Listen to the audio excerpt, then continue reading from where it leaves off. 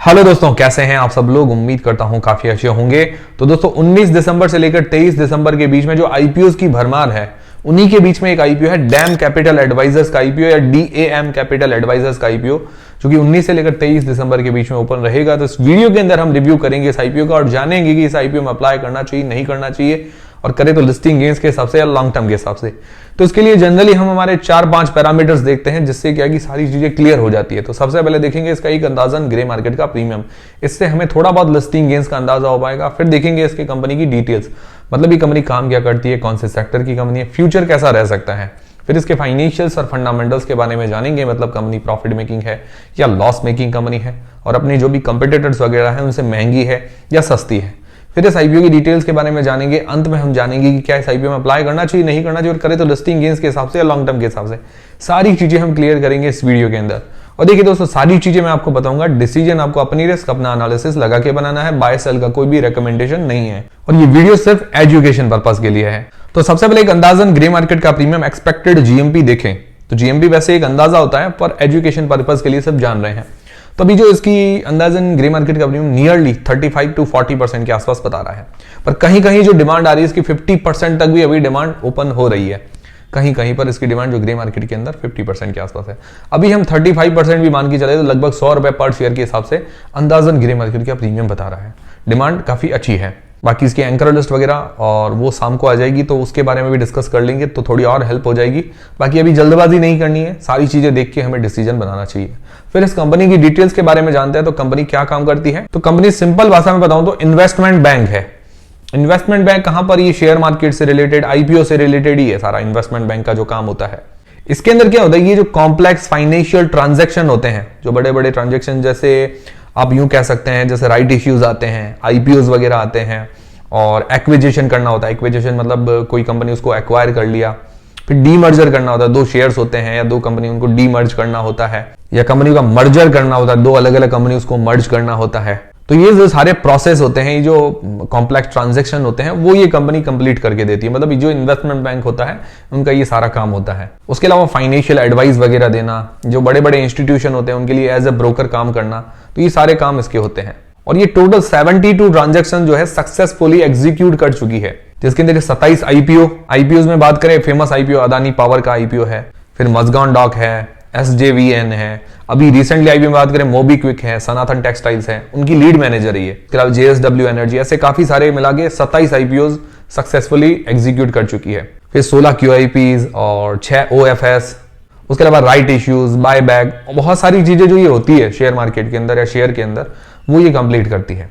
पहले इस कंपनी का नाम था आईडीएफसी सिक्योरिटीज। फिर क्या हुआ कि 2019 के अंदर आईडीएफसी से धर्मेश अनिल मेहता ने इसको पूरा एक्वायर कर लिया। तो धर्मेश अनिल मेहता का होता है डीएएम। फिर 2020 के अंदर इसको रीब्रांडेड कर दिया डीएएम कैपिटल एडवाइजर्स।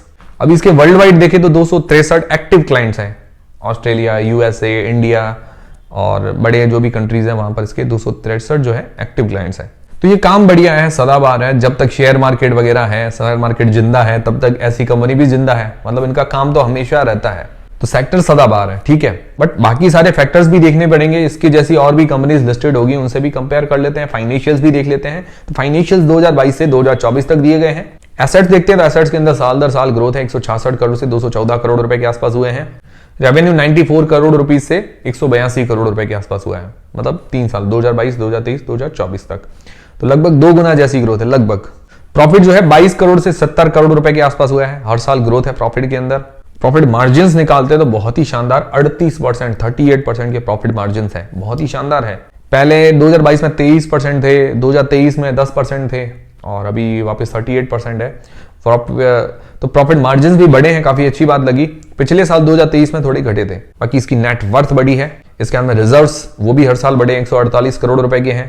बोरोइंग्स बहुत कम है, 4.93 करोड़, लगभग 5 करोड़ की मान के चल सकते हैं। बट इसका एनुअल प्रॉफिट देखो या रिजर्व्स इसके हाथ में देखो, तो ये अपना डेट आराम से कभी भी पे कर सकती है।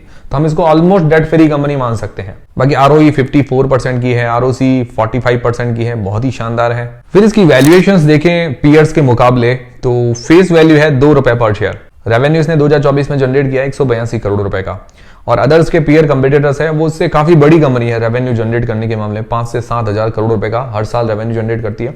जैसे मोतीलाल ओसवाल उसका 7 हजार करोड़ रुपए का रेवेन्यू है FY24 के अंदर, आईसीआईसीआई का लगभग 5 हजार करोड़ रुपए के आसपास, तो काफी बड़ी कंपनी है इससे।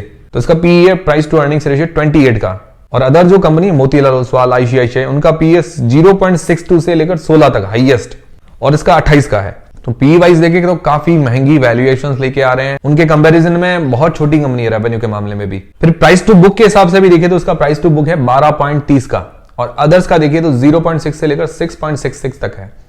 तो प्राइस टू बुक के हिसाब से भी बहुत ही महंगी वैल्यूएशंस है। और बाकी इसके जो पीयर्स हैं उनसे ईपीएस अर्निंग्स पर शेयर भी इसका कम है। तो ओवरऑल जो वैल्यूएशंस देखें तो महंगी है, ये है पहला नेगेटिव इसके अंदर। तो ओवरऑल फाइनेंशियली स्ट्रांग है, आरओई आरओसी वगैरह बढ़िया है, वैल्यूएशंस थोड़ी महंगी है। फिर इस आईपीओ की डिटेल्स के बारे में बात करें तो 19 से लेकर 23 दिसंबर के बीच में ये आईपीओ ओपन रहेगा। फेस वैल्यू है 2 रुपए पर शेयर। प्राइस बैंड रखा गया है 269 रुपए से लेकर 283 रुपए के बीच में। 53 मतलब 53 शेयर्स का ये लॉट है। तो प्राइस बैंड जो है मतलब हमने कंपेयर कर दिया, वैल्यूएशंस थोड़ी महंगी नजर आ रही है। इश्यू साइज है 840 करोड़ रुपए का पूरा ओएफएस है, मतलब जो प्रमोटर्स या एग्जिस्टिंग इन्वेस्टर्स अपनी थोड़ी बहुत हिस्सेदारी सेल करेंगे। अभी अगर देखा जाए प्रमोटर की होल्डिंग है 45% के आसपास, बाद में थोड़ी और कम हो जाएगी, तो ये थोड़ा सा नेगेटिव लगा।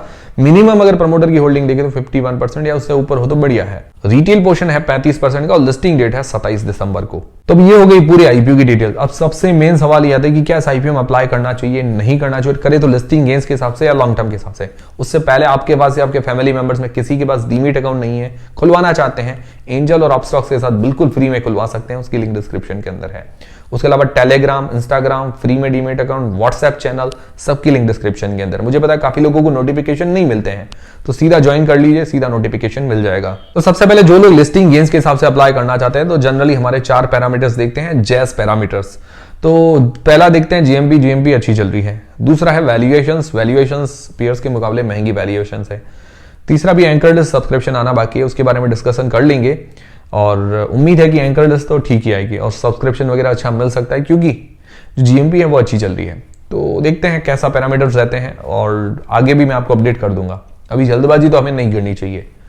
फिर दोस्तों बात करें लॉन्ग टर्म के हिसाब से, जो लोग अप्लाई करना चाहते हैं तो पॉजिटिव और नेगेटिव दोनों ही देख लेते हैं। पॉजिटिव में क्या है कि इसका सेक्टर अच्छा है, ये सेक्टर सदाबहार है, डिमांडिंग है, जब तक शेयर मार्केट है ऐसी चीजें हैं तो इसकी तो डिमांड रहेगी। बाकी फाइनेंशियली स्ट्रांग है, ऑलमोस्ट डेट फ्री कंपनी है, और प्रॉफिट मार्जिन्स काफी अच्छे हैं, 38% के आसपास के बहुत अच्छे हैं इसके प्रॉफिट मार्जिन्स। आरओई आरओसी वगैरह बढ़िया है। नेगेटिव क्या है, नेगेटिव में विशेष ऐसा कुछ नेगेटिव लगा नहीं, इससे एक चीज है कि वैल्यूएशंस थोड़ी महंगी है, वैल्यूएशंस थोड़ी और सस्ती लेके आते तो बढ़िया रहता। बाकी ओवरऑल बढ़िया कंपनी ये नजर आ रही है।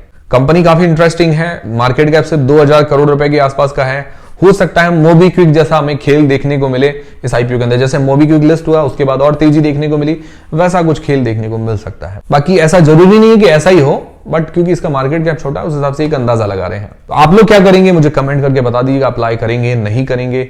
और ये वीडियो देखने के बाद अगर आपकी हेल्प हुई है, आपको वीडियो समझ में आया, सारे डाउट्स क्लियर हुए हैं, तो मुझे कमेंट करके जरूर बताइएगा, और वीडियो को एक लाइक जरूर कीजिएगा। इससे हमें काफी मोटिवेशन मिलता है, हमें भी तसल्ली मिले हमारी मेहनत सफल गई है। तो मिलते हैं अगले वीडियो के अंदर। Telegram, Instagram, WhatsApp channel, free में डीमेट अकाउंट, सबकी लिंक डिस्क्रिप्शन के अंदर है।